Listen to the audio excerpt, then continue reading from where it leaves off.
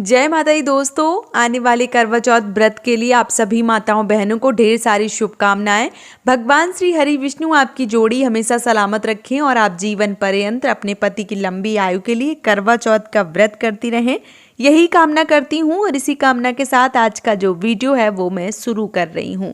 दोस्तों, आज के वीडियो में मैं बात करने वाली हूँ करवा चौथ व्रत में चौकी जो है वो कब उठानी चाहिए, सामान का हमें क्या करना चाहिए, किस प्रकार से सारा सामान जो है वो हमें प्रयोग में लाना चाहिए, कौन सा सामान जो है वो विसर्जन करना चाहिए, किस सामान को हम यूज़ कर सकते हैं। आज के वीडियो में संपूर्ण जानकारी जो है वो आप सबके साथ शेयर करने वाली हूँ। तो चलिए शुरू करते हैं आज का वीडियो और जान लेते हैं करवा चौथ से जुड़ी सभी महत्वपूर्ण जानकारियां।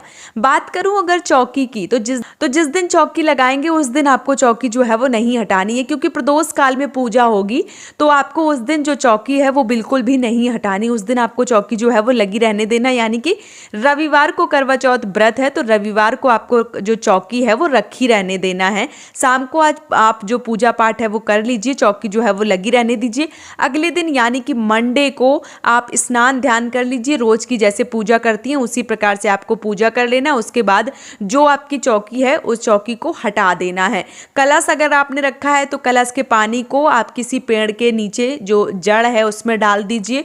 जो पत्ते वगैरह हैं वो आप चाहें तो गमले में डाल दीजिए, या अगर पंच पल्लव है तो आप पानी में भी विसर्जन कर सकते हैं या किसी मिट्टी में जो है वो उनको दबा सकते हैं। इसके साथ ही साथ जो करवा है आप चाहें तो उनको उठा के रख सकते हैं। और मान लीजिए बच्चों के स्कूल में प्रोग्राम वगैरह होते रहते हैं तो आप उसमें भी दे सकते हैं, या अगर आप नहीं देना चाहते हैं तो घर में कोई भी, मान लीजिए जैसे बहुत सारे लोग करवा जो है वो डेकोरेट करके और बहुत सारी चीज़ें जो है वो रखने के काम में यूज़ में ले लेते हैं, या बहुत सारे जो बच्चे होते हैं वो स्कूल में कोई फंक्शन वगैरह होता है तो वो लेके चले जाते हैं, तो आप इस प्रयोग में भी ला सकते हैं। और अगर आप इसमें भी नहीं लाना चाहते हैं तो फिर आप मान लीजिए कोई पेड़ पौधा अगर लगाना चाहते हैं तो वो भी लगा सकते हैं। अगर ये भी नहीं करना चाहते हैं तो आप उनको विसर्जन भी कर सकते हैं, पानी में विसर्जन जो है वो कर दिया जाता है अगर आप करना चाहें तो। इसके साथ ही साथ जो भी करवा है, करवे के अंदर भरा हुआ जो सामान होता है, जो प्रसाद होता है, वो आप अपने घर के जो भी सदस्य हैं उन सबके साथ शेयर करें, बंटवारा करें और जो प्रसाद है उसको ग्रहण करें। तो ये हो गई करवा, साथ ही साथ करवे में भरा हुआ सामान और कलश। इसके साथ ही साथ जो श्रृंगार होता है, जो सास की थाली बायना है वो आपको सास को दे देना है।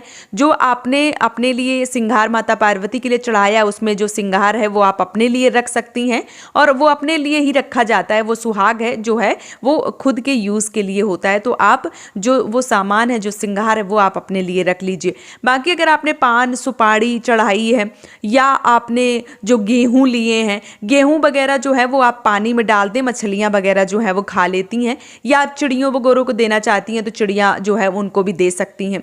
इसके साथ ही साथ जो चीज़ें मिठाई का हो गया तो आप मिठाई भी प्रसाद के रूप में खा सकते हैं, या जो आपने मिठाई वहीं पे ज़मीन में ही चढ़ाई है, क्योंकि बहुत सारे लोग जो गौरी गणेश होते हैं, जो मिट्टी के डेले वगैरह होते हैं उसमें भी बहुत सारा सिंदूर या वो सब चढ़ाते हैं, तो वो आपको पानी में विसर्जन कर देना है। वो आपको इस तरीके से खाना नहीं है, वो पानी में विसर्जन कर देना, या किसी खाली गमले में उनको मिट्टी के नीचे दबा भी सकते हैं।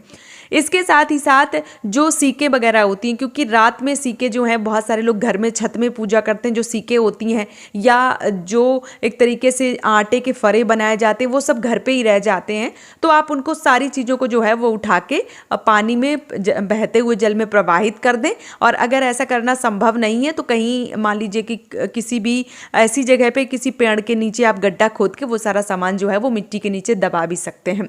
अब बहुत सारी बहनों के एक एक प्रश्न आएंगे कि दीदी मान लीजिए कि कोई छोटा सा सामान ले लीजिए कि सुपारी रखी है उसका क्या करें, बतासे रखे हैं उसका क्या करें। तो मैं यहाँ पे मोटा मोटा आप सबको समझा दे रही हूँ कि जो चीज़ें आप खा सकते हैं प्रसाद के रूप में वो खा लीजिए, जो चीज़ें आपके यूज़ में आ सकती हैं वो आप यूज़ में ले सकते हैं। बाकी जो सामान आपके यूज़ में नहीं है, या जो मान लीजिए कि एक हल्दी की गांठ हो गई, या जो मान लीजिए कि सुपारी हो गई, पान के पत्ते हो गए, बतासे वगैरह है, या जो सामान आपके यूज़ में नहीं वो सारा सामान उठा के आपको पानी में विसर्जन कर देना चाहिए, या आप धरा विसर्जन कर सकते हैं। धरा विसर्जन के लिए आपको किसी भी पेड़ के नीचे गड्ढा जो है वो खोद के चीज़ें जो है वो रख के और ऊपर से मिट्टी जो है वो डाल देना चाहिए। तो ये जो विसर्जन का वीडियो है वो कुछ इस प्रकार से आपको करना है। तो उम्मीद करती हूँ कि करवा चौथ के विसर्जन का ये वीडियो आप सबको पसंद आया होगा। अगर आप सबको वीडियो पसंद आया तो आप मुझे सपोर्ट जरूर कीजिए, इस चैनल को सब्सक्राइब कीजिए, वीडियो को लाइक कीजिए और मुझे बहुत सारा जो प्यार है वो दीजिए। आज का वीडियो यहीं पे समाप्त कर रही हूँ दोस्तों। जय माता दी।